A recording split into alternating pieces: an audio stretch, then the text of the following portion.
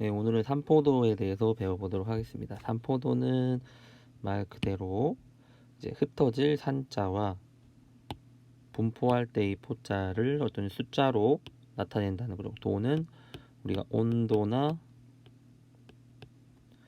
속도를 나타낼 때처럼 어떤 정도를 비교하기 위해서 숫자로 하나로 표현을 하는 것을 의미합니다. 그래서 별량이라는 거는 숫자 하나하나들이 되겠죠. 별량들이 흩어져 있는 정도를 하나의 수로 나타내는 값. 그러면 어느 것이 많고 적은 걸 비교를 할 수가 있겠죠. 그리고 그 삼포도를 계산하기 위해서 쓰이는 것 중에 하나가 바로 편차라는 것입니다. 그래서 편차라는 거는 그 별량에다가 평균을 뺀 값을 편차라고 합니다. 그렇다면 이제 평균을 우리는 이미 알고 있어야 되겠죠. 그래서 삼포도를 계산할 때는 평균을 가장 먼저 계산을 하고 그 평균들을 각각 편차 별량 그 자료의 값에다가 뺀 값을 편차라고 합니다. 그래서 편차가 클수록 평균으로부터 멀리 떨어져 있겠죠. 그리고 사실 편차가 없다는 얘기는 뭐예요? 평균과 같다. 그래서 편차의 절대값이 작을수록 평균에 가까이 있다. 그리고 또 하나의 특징 중 하나가 편차는 모든 총합은 항상 0으로 유지가 됩니다. 자, 그럼 요걸 잘 생각을 하면서 영상을 보고 활동지를 이어서 하도록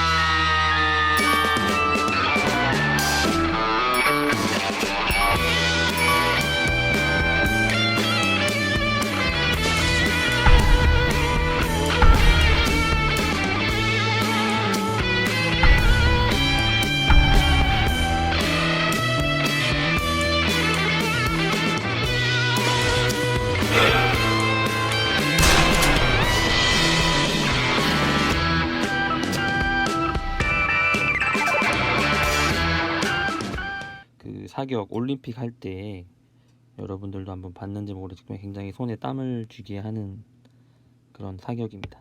그래서 요 사격을 했는데 두 선수의 먼저 평균을 구해 보도록 하겠습니다. 그래서 8 더하기 A 선수는 8, 7, 8, 8, 8, 9를 총 더한 다음에 총 6개로 나누어 보도록 하겠습니다. 그러면 얼마가 나오죠?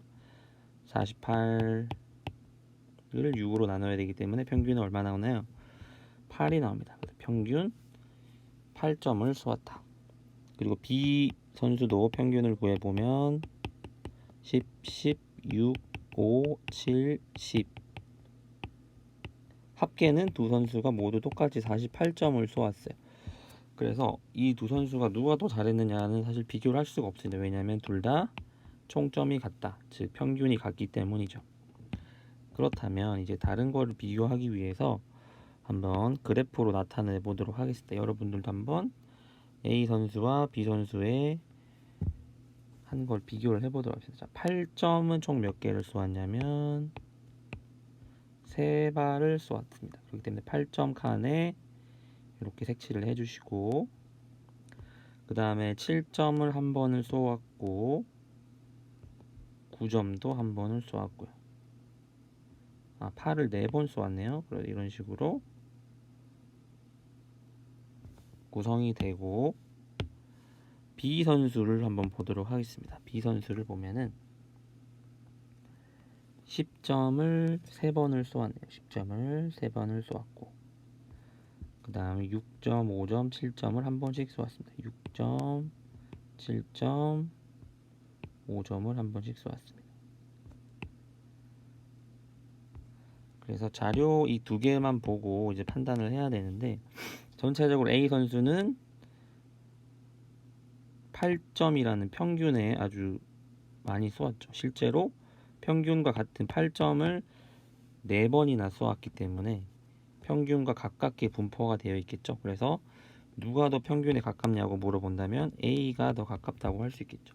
B 선수를 보게 되면 사실 평균은 8점인데 잘 쏠 때는 10점을 3번이나 쏘았지만 5점, 6점, 7점 이런 식으로 낮은 점수를 쏘아서 결국 이 둘이 상쇄되면서 같은 평균 8점이 나왔습니다. 그렇다면 B 선수는 평균과는 조금 떨어진 것을 알 수가 있겠죠.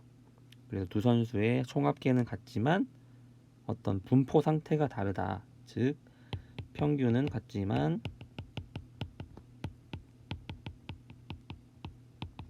분포는 다를 수가 있다. 분포 상태는 다를 수 있다. 그래서 이 다른 것을 잘 분석을 해서 적용을 해야 되는데, 그렇다면 여러분들이 이제 감독이라고 한다면 어떤 선수를 선발하는 것이 더 좋을까? 그래서 실력은 두 선수 같지만 아까 영상에서 본 것처럼 마지막에 10점을 계속 잘 쏘다가 마지막에 이런 식으로 실수를 하게 되면 좀 기복이 심하겠죠. 그래서 좀 안정성을 추구하는 사람이라면 좀 더 분포가 고른 산포도가 낮은 선수를 선발하는 것이 더 좋겠죠. 왜냐하면 전체적으로 실력을 향상을 시키면 흔들림 없이 성적이 오른 상태에서 유지가 되겠죠. 하지만 이 선수는 이 분포가 흩어져 있는 이런 것을 해결하지 못한다면 계속 같은 실수를 영상에서 본 것처럼 할 수 있기 때문에. 근데 물론 이게 항상 답이 될 수는 없겠죠. 물론 이렇게 10점을 3번이나 쏘았다는 이러한 실력을 보고 B 선수들 뽑을 수 있겠지만 어떤 안정적인 선수 선발의 관점에서 본다면 A 선수를 뽑을 것이고 B 선수를 뽑는 거는 그에 따른 근거가 있을 수도 있겠죠. 그래서 결론은 자료간 평균이 같더라도 자료가 흩어져 있는 정도, 즉 이게 뭐라고 하죠? 두 글자로 산포도죠. 자료가 흩어져 있는 정도라는 얘기는 산포도, 자료가 흩어져 있는 정도 자체를 산포도, 다를 수 있으므로 두 자료를 비교를 잘 해야겠죠. 그래서 비교를 하기 위해서 우리는 맨 처음에 이 편차라는 거를 계산을 할 겁니다. 그래서 편차는 별량 빼기 평균이다. 그래서 편차를 구하기 위해서는 각각의 별량 그 숫자에다가 평균을 계산해서 빼야겠죠.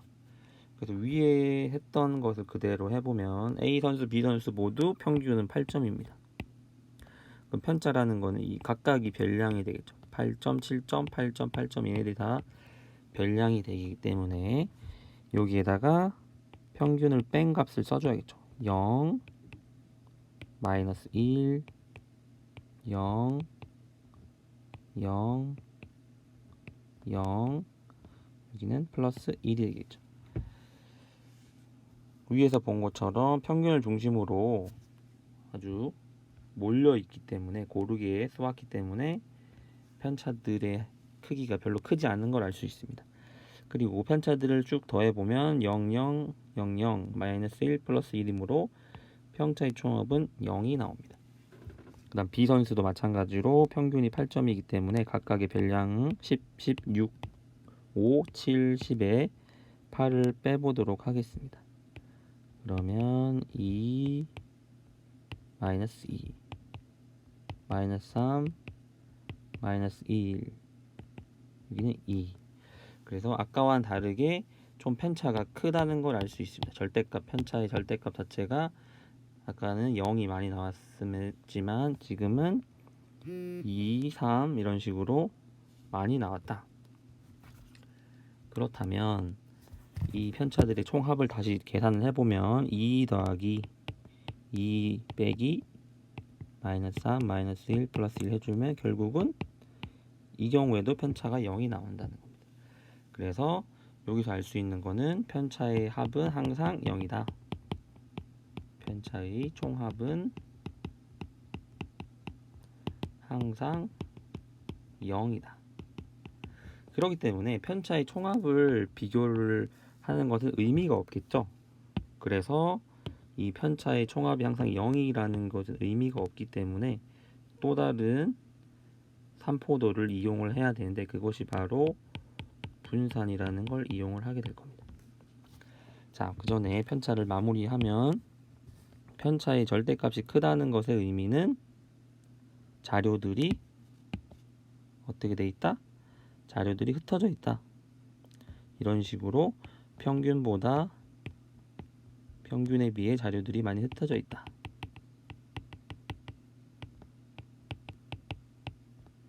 자료들이 흩어져 있다. 흩어진 상태로 분포하고 있다는 걸 알 수 있습니다.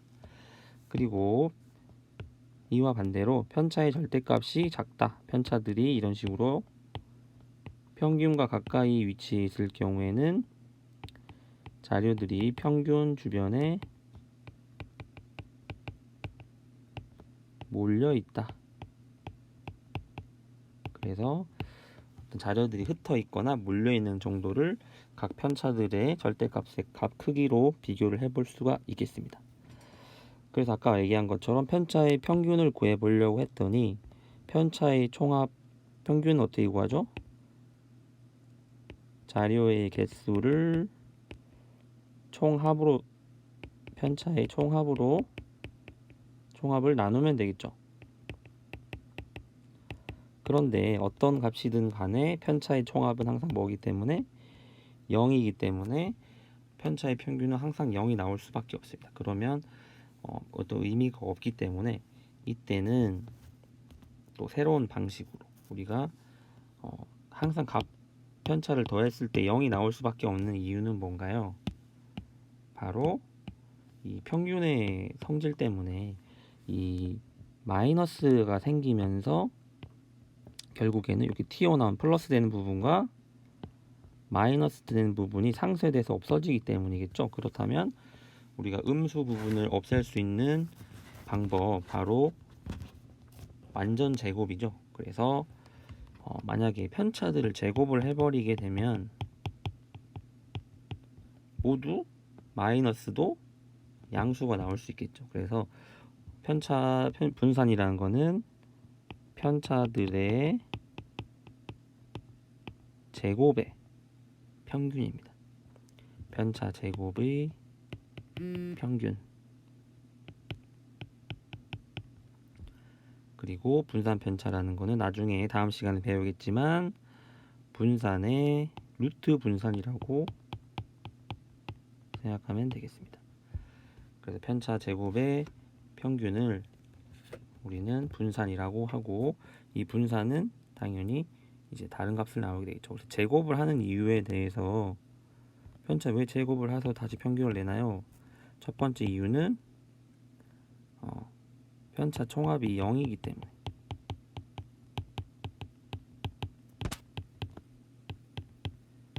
편차 총합이 0이 되는 걸 막기 위해서 제곱을 해서 음수를 없앤 거죠.